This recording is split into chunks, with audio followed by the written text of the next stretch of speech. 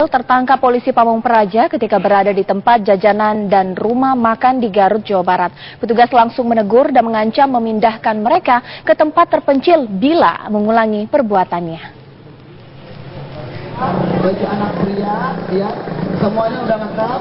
Kita berikan 50% sama 20%. Wanita pegawai negeri sipil ini langsung kabur begitu tahu ada wartawan yang meliputnya bolos kerja.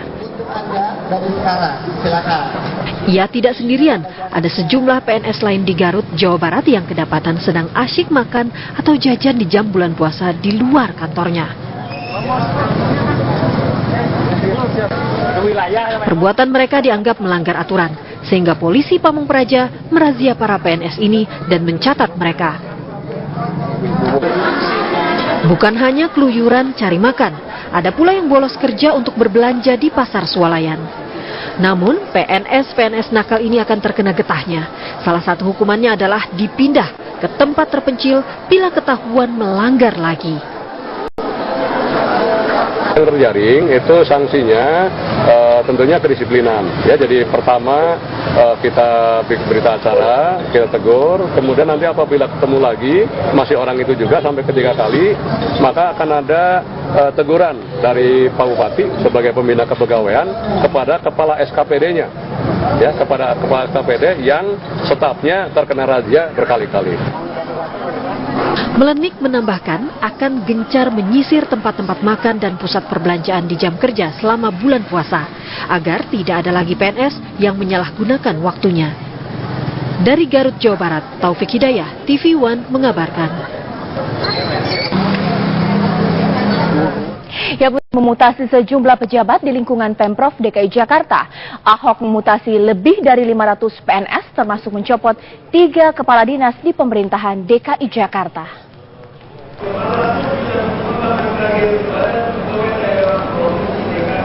Gubernur DKI Jakarta Basuki Cahayapurnama melantik 513 pejabat baru di lingkungan pemerintahan Provinsi DKI Jakarta.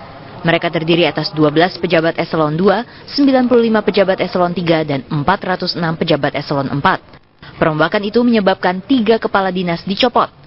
Salah satunya adalah Kadis Pertamanan dan Pemakaman Ratna Diah Kurniati. Sebelumnya Ratna Diah Kurniati sempat tersandung dugaan kasus jual beli lahan makam fiktif. Kepala dinas lainnya yang diganti adalah Kadis Komunikasi Informasi dan Kehumasan II Kurnia serta Kadis Penataan Kota Iswan Ahmadi. Ya kita mau ganti yang lebih baik aja lah. Misalnya jawabnya ngeyel gitu, gimana ganti baru aja. Ya, kita taman kita ganti. Kominfo juga mungkin kita ganti kayaknya masalah. Karena jaringan kita kacau balau. Tapi kan dia membawa smart city ya. Udah, smart city kan ada bidangnya beda. Oh, jadi itu jaringan kita tuh kalian kan pakai wifi di sini kan. Lebih kencang 4G atau wifi? 4G kan kacau kan. Masa kantor gubernur wifi-nya begitu parah. Udah berapa tahun tuh kita teriak-teriak. Itu langsung tabrakan. Ya, saya nggak tahu lah penjaringan. Kita coba aja orang baru tuh. Dalam pelantikan itu, Ahok juga melantik Wahyu Haryadi sebagai Wali Kota Jakarta Utara menggantikan Rustam Effendi. Kepada semua jajaran pejabat baru, Ahok memberi kesempatan untuk bekerja maksimal selama 6 bulan ke depan. Jangka waktu itu akan digunakan Ahok untuk mengevaluasi kinerja mereka. Dari Jakarta, Fahmi Dwi Sutrisno, Bambang Tri, TV One mengabarkan. Melakukan sterilisasi jalur bus Transjakarta, ratusan pengendara panik saat mengetahui adanya razia di jalur busway. Namun beberapa anggota polisi dan TNI yang melintas malah tidak ditilang.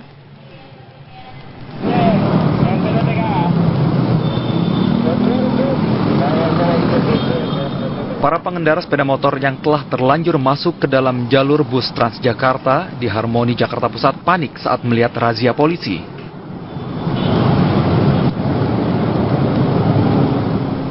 Ada yang mencoba kabur dengan berbalik arah. Ada pula yang berputar-putar di sekitar busway. Yang lainnya mencoba kabur dari tangan polisi saat diperiksa.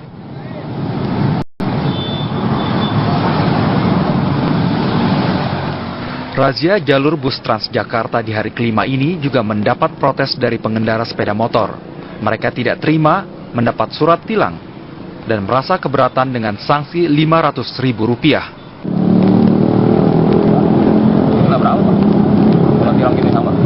beri 500.000. Kalau ini? Berapa? Kalau ini? Nanti pengadilan yang mutusin. Oh, pengadilan yang mutusin. Itu kan lagi merah. Belok kiri dikit. Ini aja udah lawan arus. Lawan arus. Ya itu lawan arus. Makanya Bapak kan bilang ini nggak boleh belok ke kanan. Ya Allah Pak. Bapak sudah diajarin mau ngapain? Sono ya. Iya. Tapi kan saya kan kiri ya. Ada saja cara pengendara meloloskan diri dari tilang. Pengendara motor ini mengelabui Polantas saat lengah dan berhasil kabur.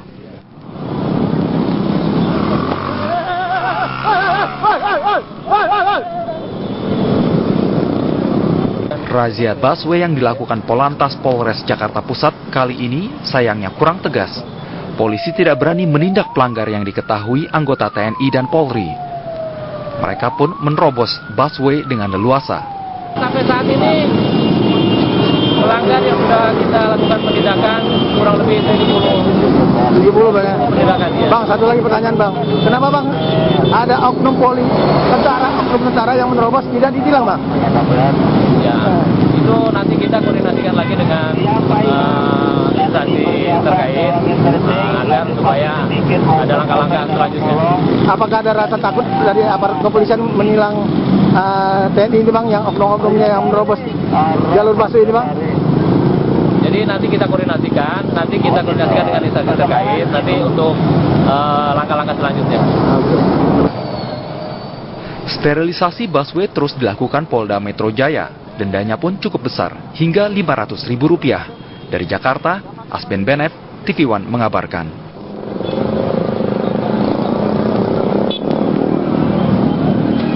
Mabes Polri menggerebek sebuah pabrik bakso yang bercampur dengan bahan tawas dan zat pewarna kimiawi.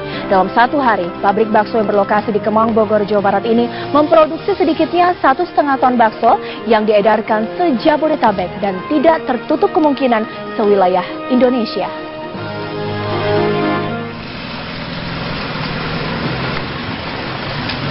Direktorat Narkoba Mabes Polri yang dipimpin langsung Direktur Tindak Pidana Narkoba Mabes Polri, Brigjen Polri Dharma Pongrekun, menggerebek sebuah pabrik olahan bakso kemasan di Jalan Parakan Salak, Kemang, Kabupaten Bogor, Jawa Barat.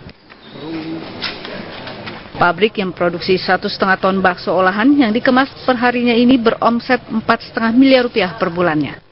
Proses pengolahannya sangat tidak sehat. Bakso ini selain direndam menggunakan cairan tawas, dicampur juga dengan zat pewarna buatan yang sangat membahayakan. Tentu saja jika dikonsumsi, bakso rendaman tawas ini bisa mengakibatkan kerusakan pada fungsi hati. Banyak pencampuran karamel, seperti kita lihat tadi di belakang, bagaimana daging-daging itu sudah tidak layak, ya. Dan kemudian tempatnya juga sangat tidak higienis, dan tidak menutup kemungkinan bukan cuma tempat ini, masih banyak tempat-tempat lain yang akan kami ungkap hari demi hari. Ada izin nggak sih Pak mereka Pak untuk produksi di sini? Tentunya tidak ada. Pemilik perusahaan bernama Hasan sudah menjadi tersangka bersama barang bukti yang disita polisi. Hasan menjalani pemeriksaan lebih lanjut di Mabes Polri. Tersangka dikenakan pasal 135 dan 140 Undang-Undang Pangan dengan ancaman hukuman minimal 2 tahun penjara dan denda maksimal Rp4 miliar.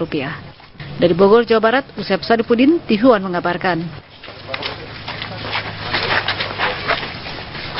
Banjir mulai membersihkan rumah mereka yang sempat terendam banjir setinggi setengah meter. Evakuasi longsor di jalur lintas Sumatera Bengkulu juga dapat teratasi. Langsung saja kita akan bergabung dengan reporter Mira di Padang, Sumatera Barat. Mira, bagaimana saat ini kondisi kota Padang malam hari ini? Ya, Caca, kondisi kota Padang pada malam hari ini lumayan cerah. Banjir pun sudah mulai surut sejak siang tadi dan warga sudah mulai membersihkan rumah mereka masing-masing akibat sisaan kotoran banjir yang terjadi pada Kamis kemarin. Memang sebelumnya banjir sempat terjadi hingga ketinggian 1,5 meter di beberapa kecamatan di kota Padang. Diketahui banjir ini terjadi akibat hujan ekstrim yang melanda kota Padang dengan intensitas 300 ml dan maksud saya hujan ini terjadi pada pukul 16 hingga pukul 23 waktu Indonesia Barat dan juga menyebabkan banjir di kota Padang serta Kabupaten Padang Pariaman Provinsi Sumatera Barat hingga ketinggian 50 hingga 140 cm.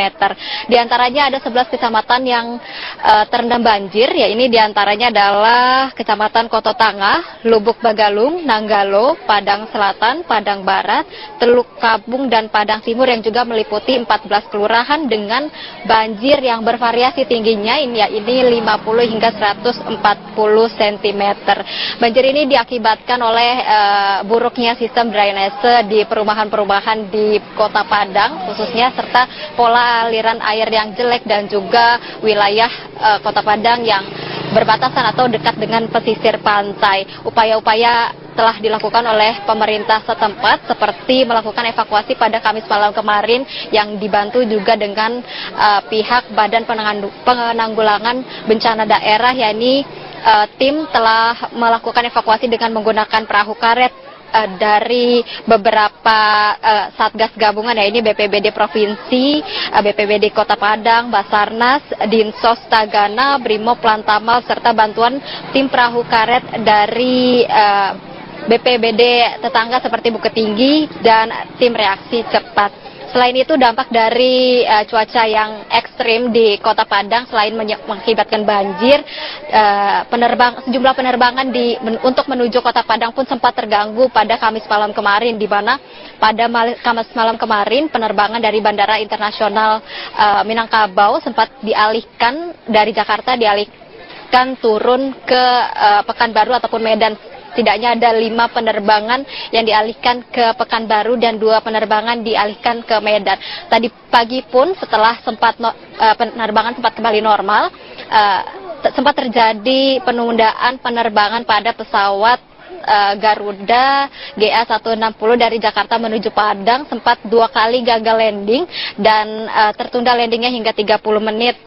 Dan selain penerbangan, adapun longsor yang terjadi di 3 titik, ya ini ada di Jalan Padang Painan, ini di KM 27, 18 dan KM 8 yang menyebabkan lumpuh total antara jalur lintas Provinsi Sumatera Barat menuju Bengkulu dan sebaliknya, di mana jalur tersebut juga merupakan jalur distribusi bahan bakar minyak karena di sana terdapat depo